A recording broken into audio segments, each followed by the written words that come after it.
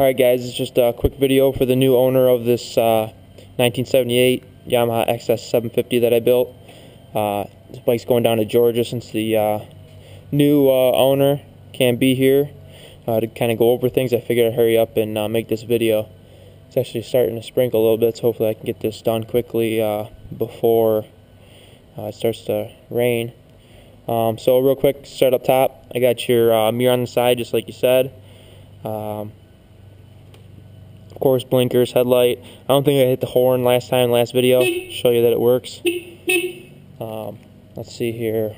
Working our way down real quick. Run over these petcocks. These are vacuum petcocks. There is no off position, always reserve. On and prime. Prime is whenever you're gonna like fill up the fuel lines. For some reason, disconnect the fuel line or your carbs or something like that, and your carb bowl is empty, so you need to put some gas in there. You just put it on prime. You can hear the gas go from the tank through the petcock and down the gas lines, and that'll prime the system. Reserve is obviously for when the tank gets low. In on position, you always just leave it in on position whenever the bike's running. Here's the vacuum line right here. It'll suck the gas right out of the tank and put it in the carburetors. When the bike's off, you don't have to worry about anything. So that's what's nice about these little bit newer bikes. Around the 1980s or so, that's when they started switching everything over to the more modern type of stuff. Rear sets, all adjustable. I always keep mine. I got this one lower so I can just shift gears. Now I always have my brake lever pretty high because I always just like my brake lever high. I always pull my foot off the peg and hit the brake. These are obviously adjustable. You just got to disconnect it from down here, and then just twist these, and that'll raise this up or down. Let's see here. Here's a choke lever, half choke, full choke. Usually I'll just start the bike right on half choke and it'll run just fine. Underneath here you got your mixture screw, or not your mixture screw, I apologize. This is your idle screw. So this is going to adjust your idle speed whenever the bike's just sitting. Obviously, the more you twist it in righty-tighty, the RPMs are going to come up because that's going to push the throttle cable down a little bit more and kind of pull on the carbs, let a little bit more air and oxygen in there to mix. The more you twist it out, the more the throttle lever is going to come back, and obviously going to reduce the idle. Mixture screws are on top of the carburetor, carburetors right up here. Probably going to have to pull the gas tank if you ever have to adjust those. I've never had to adjust those yet. Kind of depending on, if you're going to be riding in hills and stuff like that. Obviously the oxygen is going to vary the higher you go in elevation. Let's see, what else am I going to talk about here? Oh yeah, indicators. You mentioned, let me hurry and grab this indicator I got laying down here. Personally, if I were you, this is where I would end up mounting my indicators. Right off of these like circle holes in the headlight mount right here.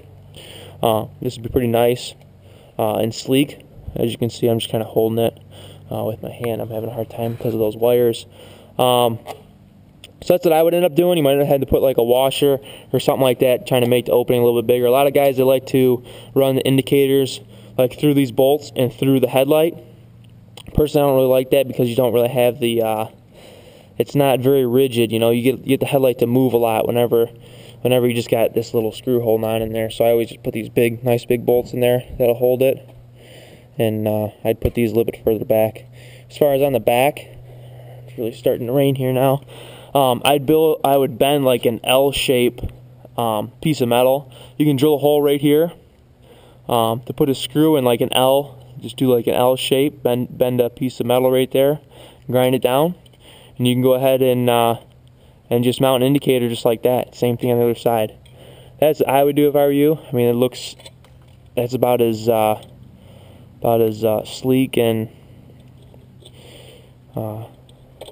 minimal as I could really think. Sometimes you can get round ones. Maybe you can mount, down underneath here.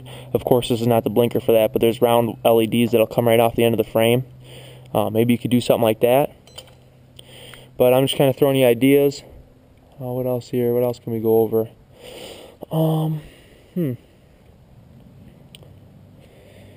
I had everything in my head that I was going to talk about, and then I totally forgot.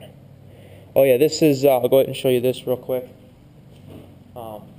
This is the stator that I pulled out, I'll go ahead here in a second. I'm going to take off that seat, show you underneath the seat, and then I'll show you that it's charging. But this is the stator that I pulled out.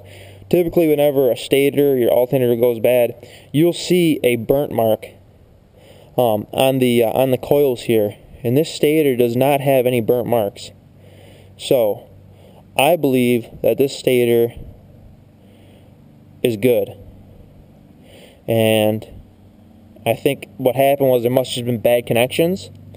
Because I had a wire that plugged into the end of this, and it basically extended it to go up underneath the seat. Now I just have it just a single wire. I basically just took this wire right here and I cut it, and then I just added my own pieces onto it instead of dealing with these jacks, and I ran that right up underneath the seat. This way it's a little bit more reliable. But I'm going to send this with you to you as well, where I'm going to mount it. I don't know, I was thinking about maybe during shipment or something like that, I mount it right off that frame just so it can get to you and the shipper's not going to have a hard time trying to carry an extra box or something like that, just like Paul said from Shipping Masters.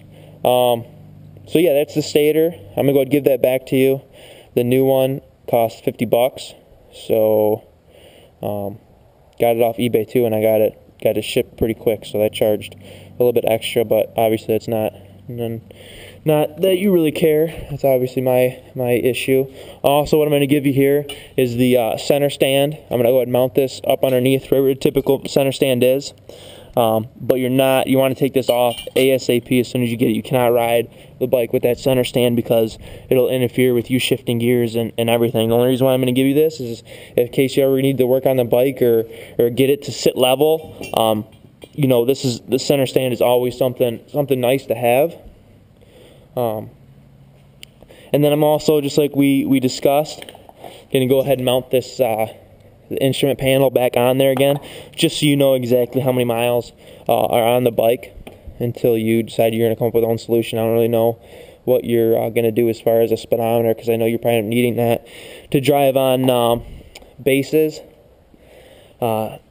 Here is your RPM cable. I'm going to throw that in too. That's going to attach to the instrument panel. Of course, since I don't have any gauges on here, I never use the RPM cable, but basically what it does is this end goes right up to the instrument panel. This end comes down to the motor and attaches right on the motor right here, and that's going to be able to read this based on how many times it spins around. It's going to be able to read the RPMs. Right here I got a pretty nice cap on there. It's brand new. Just keep all the dust and everything out of the RPM, like where it attaches, because sometimes it'll get corroded, and you don't want that. So I went ahead and I got that cap on there. It's a nice cap. Case, I mean, you really don't need RPMs anyways, just listen to it by your ear.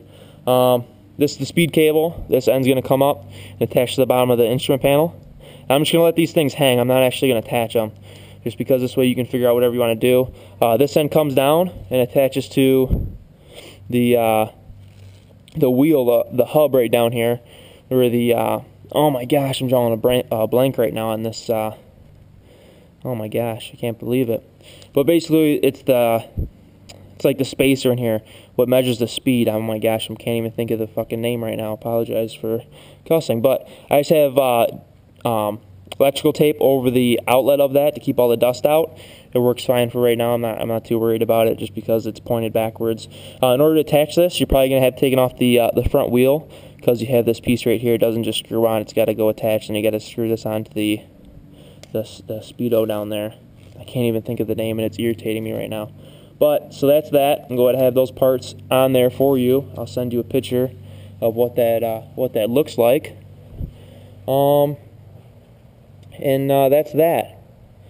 Trying to think if I need to go over anything else. I'll go ahead and start it. It's still